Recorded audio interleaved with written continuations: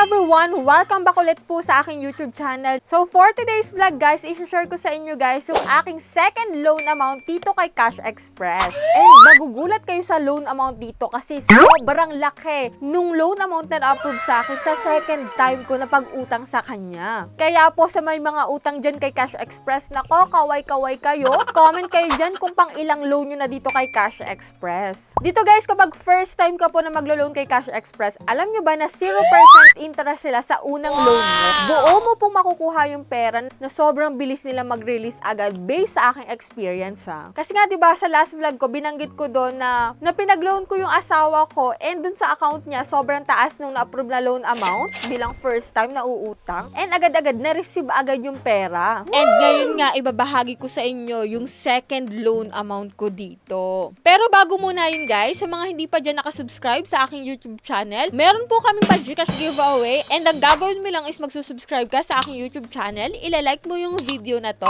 at mag-iwan ka po ng comment dyan sa comment section kasi tuwing Monday po, namimili po ako ng 5 lucky commentator at sila yung mananalo sa ating pa-Gcash giveaway. And tuwing last Monday of the month, merong nananalo ng ating pa-cellphone giveaway. O diba? Nanood ka lang na mautangan mo online, pwede ka lang manalo ng pa-Gcash at may pa-cellphone pa. So yan nga guys, kapag interesado ka dito sa ating pag-uusapan ngayon na about kay Cash Express na 0% interest sila sa unang loan mo and sobrang bilis talaga ng release dito, promise. Based on my experience to.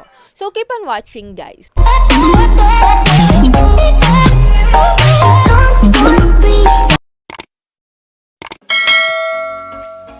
Ayan, bago tayo magpatuloy guys, disclaimer muna. So, hindi tayo agent or promoter nitong si Cash Express. So, dito guys, binabahagi ko sa inyo yung mga experience ko bilang first timer and sa second loan amount ko dito kay Cash Express. Para at least, kapag maglo-loan kayo dito, may idea na kayo kung magkano yung pwede nyong matanggap at kung ano yung proseso ng pag-utang dito. Yan nga guys, kapag interesado ka na mag-loan dito, meron po akong link ni Cash Express dyan sa comment section and sa description box. Pwede mo po yung i-click para makapag-direct ka sa kanilang website. Dito kasi guys, kay Cash Express, hindi mo na kailangang i-install or i-download yung kanilang application through website na. And dito, hindi mo na rin kailangang magbigay ng mga proof of billing, mga payslip, or other documents para makapag-apply. One valid ID lang po is pwede na. Pero sabi ko nga sa inyo guys, bago kayo mag-apply or bago kayo mag-try sa isang loan application, manood muna kayo ng mga reviews para magkaroon kayo ng idea and awareness na about dun sa app na to.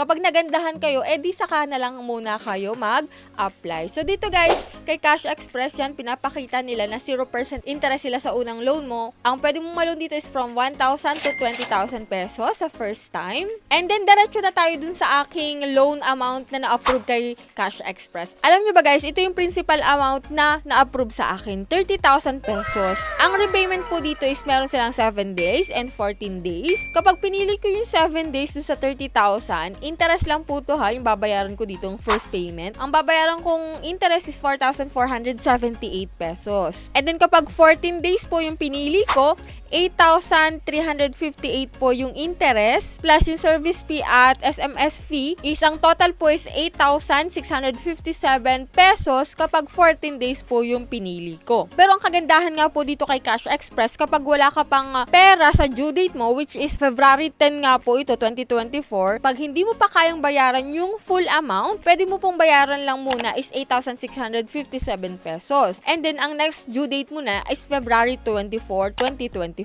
Kapag wala ka pa ulit pambayad sa February 24, pwede mo ulit bayaran lang yung 8,358 pesos at ang next due date mo na ulit ay sa March 9. Ito pong 8,000 na ito is hindi po babawa sa principal amount. Ito po ay interest lamang na na-consume ng loan amount mo within 14 days. Pero, ang sabi nila dito guys, pwede ka pong magpasobra ng bayad. Halimbawa, yung 8,000 gagawin mong 10,000.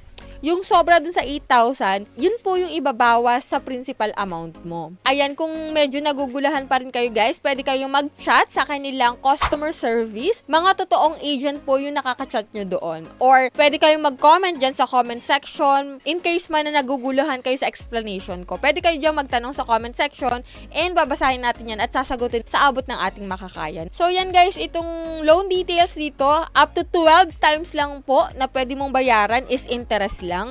And then sa ika-12 times, hindi na po pwede kasi full amount na po kasama yung interest yung babayaran mo. Which is, sa 30,000 nga is 38,358. Pag 12 times ka ng nagbabayad ng interest lang, no? So, pakita ko sa inyo yung nakachat kong customer service dito kay Cash Express. Yan nga guys, sabi ko nga, kung sa every 14 days, ay kung nababawasan ba yung principal amount ko doon or interest lang yung nababawas. Sabi nga nila dito guys na, hi, kung babayaran nyo po is interest lang, hindi po siya mababawas sa principal. But pag nagpasobra po kayo sa interest, yung sobra is mababawas sa principal. So, thank you. Yun nga yung sinasabi ko dito guys, na kapag wala pa kayong pang full payment sa principal amount nyo dito kay Cash Express, pwede kayong magpasobra. And then, unti-unti nababawas yun dun sa principal amount. And kung makikita nyo nga guys, no, from 1,000 pesos, kasi yung first time na na-loan ko dito is 1,000 pesos. Nag-jump agad siya sa 30,000 pesos na principal amount. O, diba? Sobrang laki ng i-jump niya. Bali, ang pinag-try ko talaga nun is yung asawa ko, kasi ID niya naman yung ginamit, is mas malaki yung na-approve na loan amount niya sa akin. Kasi 1,000 lang yung sa akin, yung sa kanya 3,000 pesos. O kung 1,000 sa akin, pwedeng mas mataas pa po dyan yung ma-approve na loan amount nyo dito kay Cash Express. So, yan lang muna yung vlog natin for today. Kung kayo may mga katanungan pa or pwede kayo mag-share dyan ng experience nyo sa comment section para magkaroon ng idea yung mga bago pa lang maglo-loan dito. So, sa mga hindi pa dyan nakasubscribe sa aking YouTube channel, pakiclick po yung subscribe button. I-on nyo na rin po yung notification bell para updated kayo sa ating PanGcash giveaway and sa mga bagong loan application na naglalabasan ngayon sa Google Play Store. So, bye-bye na muna for now guys. See you on my next vlog. Keep your heart beating, don't breathing.